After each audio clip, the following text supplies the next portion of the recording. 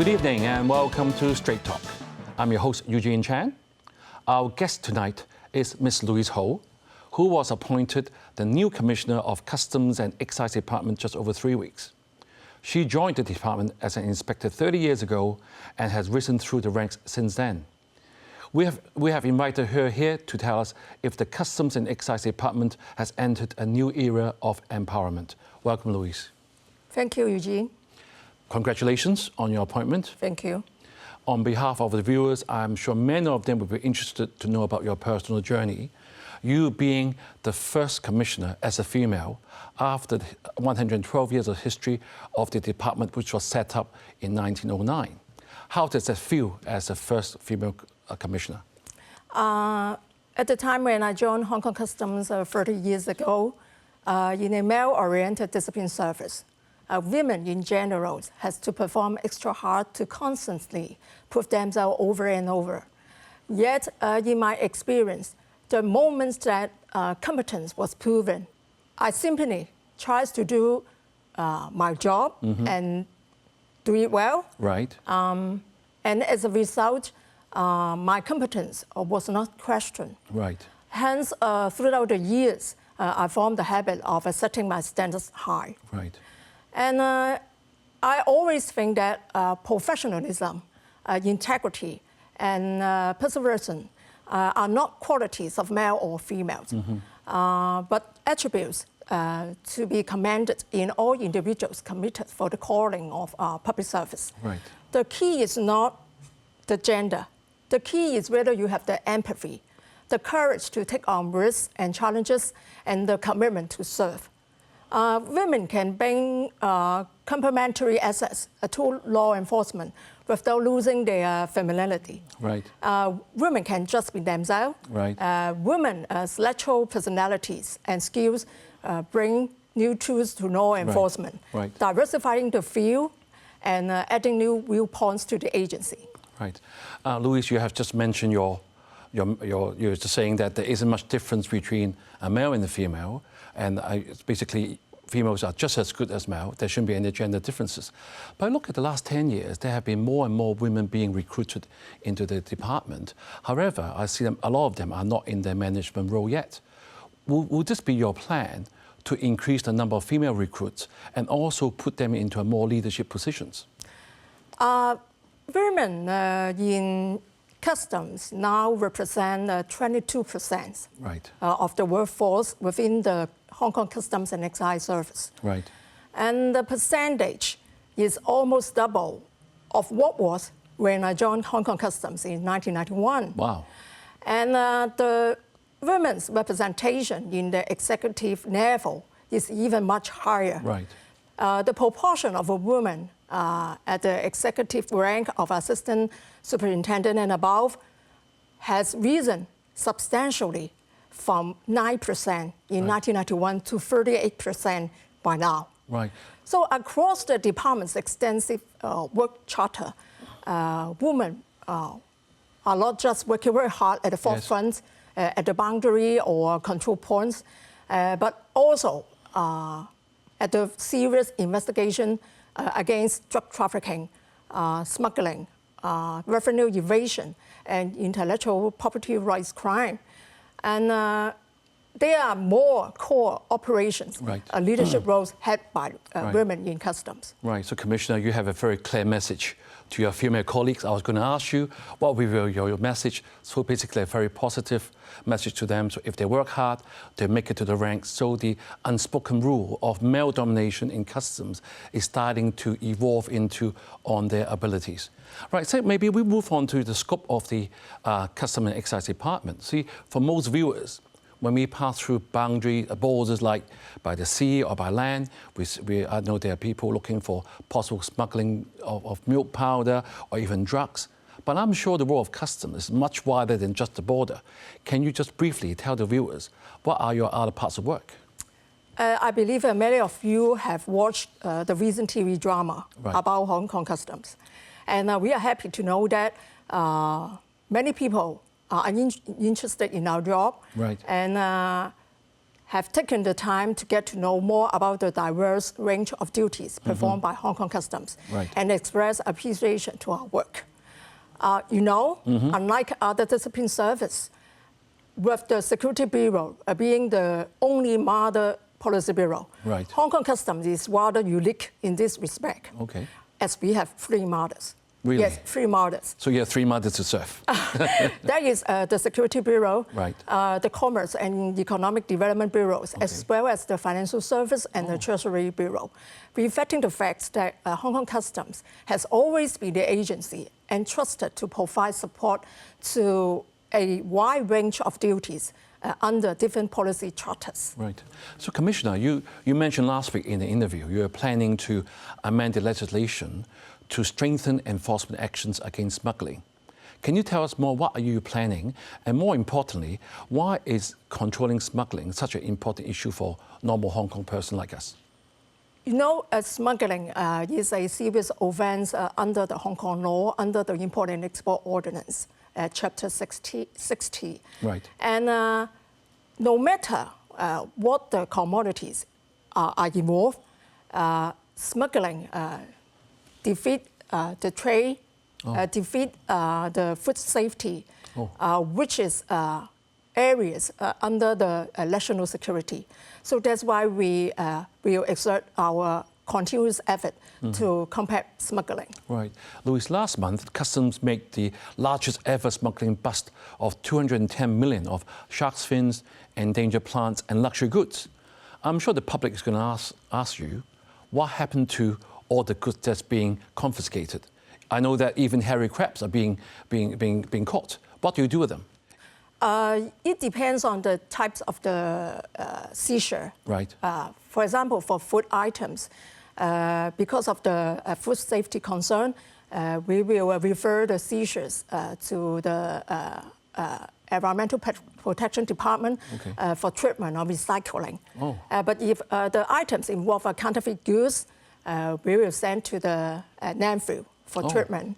And if other general commodities such as electronic products or luxury goods, we will send them to the Government Logistics Department for sale by auction. I see. After assessment. I see. So, Commissioner, I'm sure the viewers want to ask you so many questions, which I'm going to represent them asking you.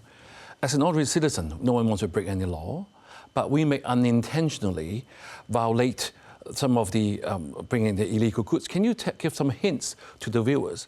What are the most common faults that our Hong Kong citizens have brought inside Hong Kong without knowing and have unintentionally breached the law? Although Hong Kong is a free port and does not impose any custom tariff on import or export, there are still certain articles subject to import or export control. For example, the public should not bring into Hong Kong live animals like puppies or cats, or food items like meat or poultry, eggs, and rice without an import license. Besides, especially during the Chinese New Year's time, the public are reminded not to bring orchids. That is one kind of the endangered species without an import license. Right, so the viewers have to be very careful.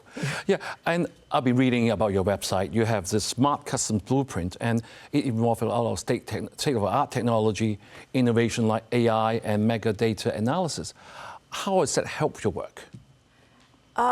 Because the throughput of cargo is very large on a daily basis. In order to make sure we can have the best targeting on the most suspicious consignment, we have to develop a more intelligence-driven risk management system so that we are going to make best use of the innovative technologies such as big data analytics, cloud computing, artificial intelligence, as well as any other innovative technologies in order to enhance our enforcement effectiveness and also our administrative effectiveness Right. Commissioner, I saw that on your website, there are 4 pillars of work that you're going to do. One of them is actually helping to develop the Hong Kong business environment. With the Greater Bay Area, which our show has been talking about for weeks before, can you tell us some of the major trade facilitation measures that you have to help a Hong Kong business to do well? We are actively engaged in the implementation of a wide range of trade facilitation measures under the Greater Bay Area Development Plan to further enhance Hong Kong's business environment and also to promote and facilitate the trade. And I think one of the very good example to illustrate is the single e-lot. Single e-lot.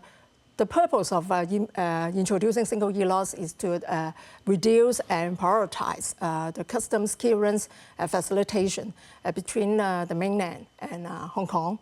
And also we have the Authorized Economic Operators Program, which offer facilitations in clearance procedures between customs administration, especially with overseas countries. Okay. Let's take a break and don't go away.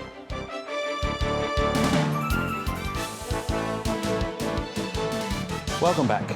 We have been speaking with Ms. Louise Ho, our new Commissioner of Customs and Excise, about what the Customs Department does and how that relates to us as Hong Kong ordinary citizens. Remember to be careful about what you bring with you when travel resumes.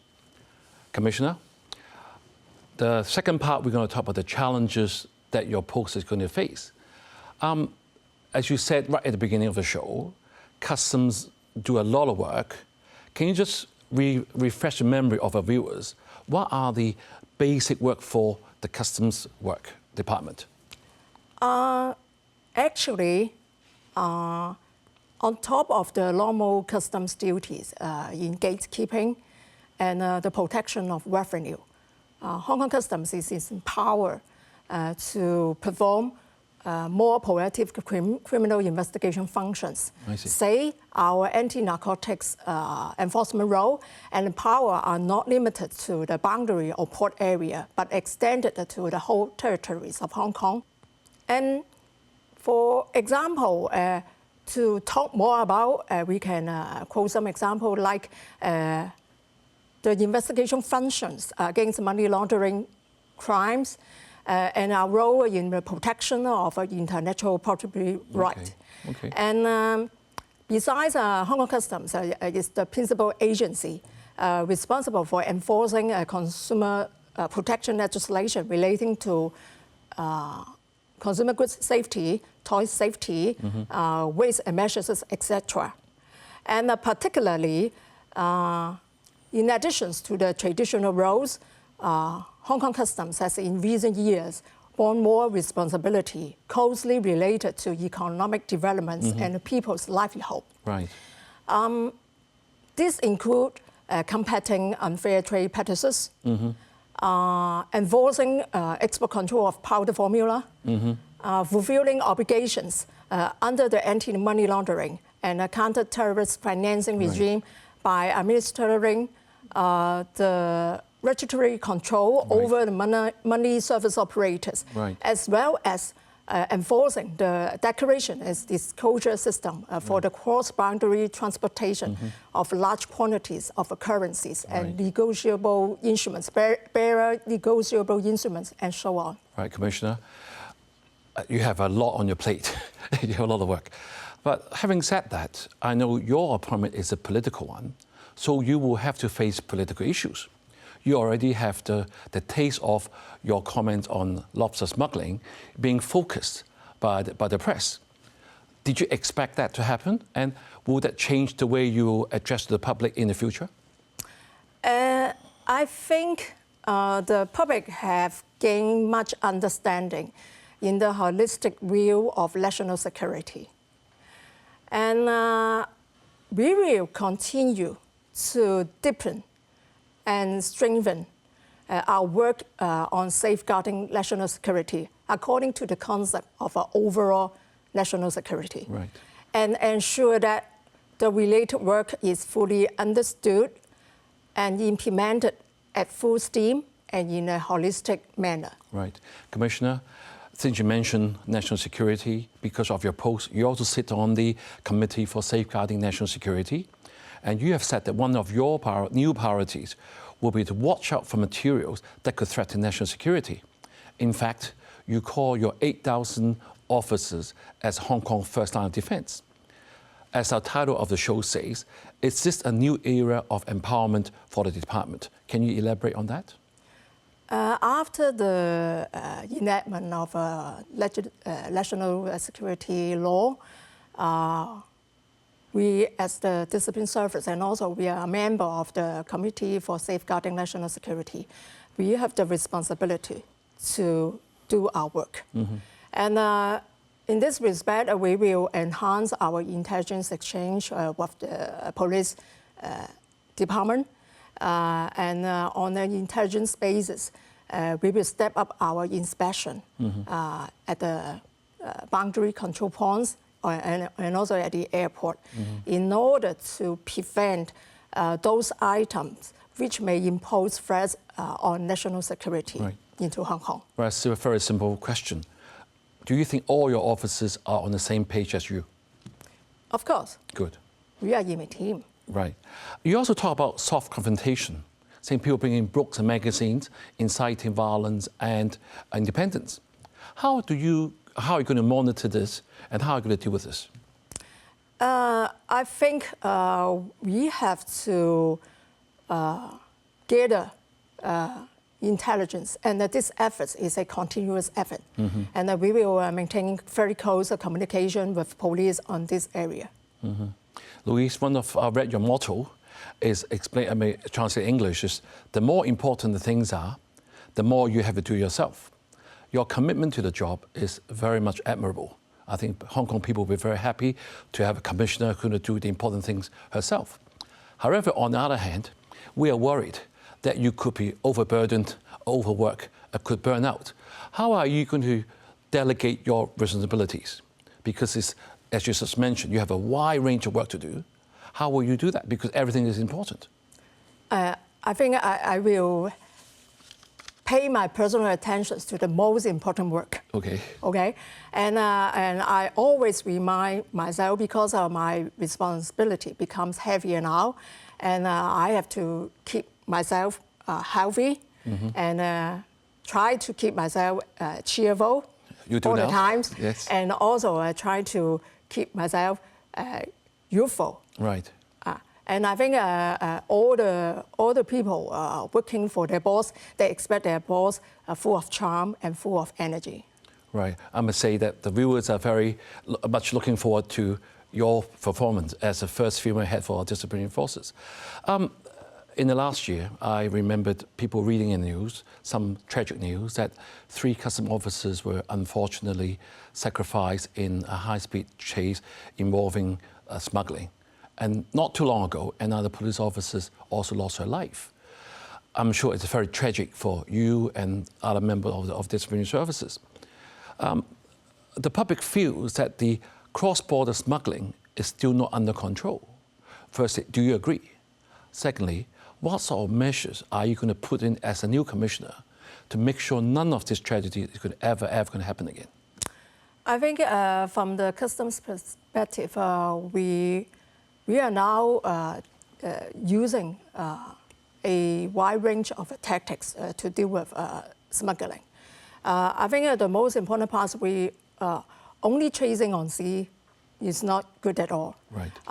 We will focus our enforcement action at the source level, focusing on their storage, which is used to keep the goods. And also we maintain very good communication with the local enforcement authorities and also the mainland authorities. We will arrange large-scale joint operations with all the parties involved in order to maximize the enforcement impact on the smuggling syndicates. Right. Commissioner, let's move on. Another topic I'm sure everyone will be interested to know is our youth engagement. As you know, the last few years, our youth have been experiencing many society events. And I'm sure Customs, being one of the government departments and one of the disciplinary forces, is also chartered to engage with the youth program. I know you have got a Custom Yes program, and personally, I have to declare I'm very privileged to be invited to be part of the program. But I'm sure the viewers will want to listen from you as a commissioner. The first information is, what is the Yes program? What are we trying to achieve, and how can the public help? Hong Kong Customs has introduced the education-oriented program, the Custom Yes program, this year for young people aged between 12 and 24. Groups, schools, and NGO interested in promoting and supporting youth development can also join as organization members. The program aims at enhancing young people's appreciation of our work and fostering their sense of belonging to the community, and also their positive values. And executive committees comprising enthusiastic community personalities like you, and has also been established to provide advice on the strategy for the sustainable development and activities of the Custom Yes program. So far, Custom Yes has over 900 youth members covering ethnic minorities, youth, and 20 organization members. I can give a few examples what we have done in this year. The first thing, we have arranged a summer training camp in the Hong Kong Customs Knowledge in July this year. The training, during the training camp, sharing sections and also the workshops of different themes has been organized to help participants know themselves better. Right. And also think seriously about their future goal, and also set a direction for their individual development. Right. So in the future, we will arrange more activities, including the exchange activities in the mainland, volunteer work, sports competitions, as well as career development workshops, in order to attract more young people to participate in and foster their positive thinking. Right, Commissioner, I must say that people must join this program because all the youth have been exposed to all the areas that you're working, and I think it's very good for their development. So thank you, Louise. It has been very interesting to hear about how the Customs and Excise Department has been empowered to protect not just Hong Kong, but also the rest of the nation. Thank you all for joining us. Have a good week and good night.